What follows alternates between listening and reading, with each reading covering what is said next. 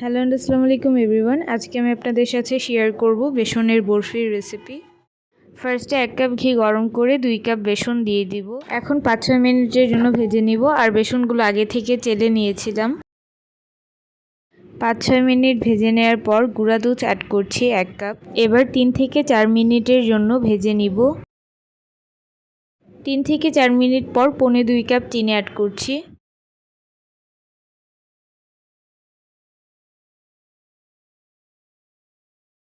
সব কিছু ভালোভাবে মিক্স করার পর 1 কাপ পানি অ্যাড করব। এখন দিয়ে দিব 1/4 চা চামচ এলাচের গুঁড়া। এখন এই মিক্সচারটা ঘন হওয়া পর্যন্ত মিক্স করতে থাকবো। এখন মিক্স করতে করতে ঘন হয়ে গেছে। এবার যে মোল্ডে বরফিটা সেট করব সেই মোল্ডে তেল ব্রাশ করে রেখেছিলাম, এখন সেই মোল্ডে ঢেলে দিলাম। এবার এই মিশ্রণটা এভাবে ছড়িয়ে দিচ্ছি।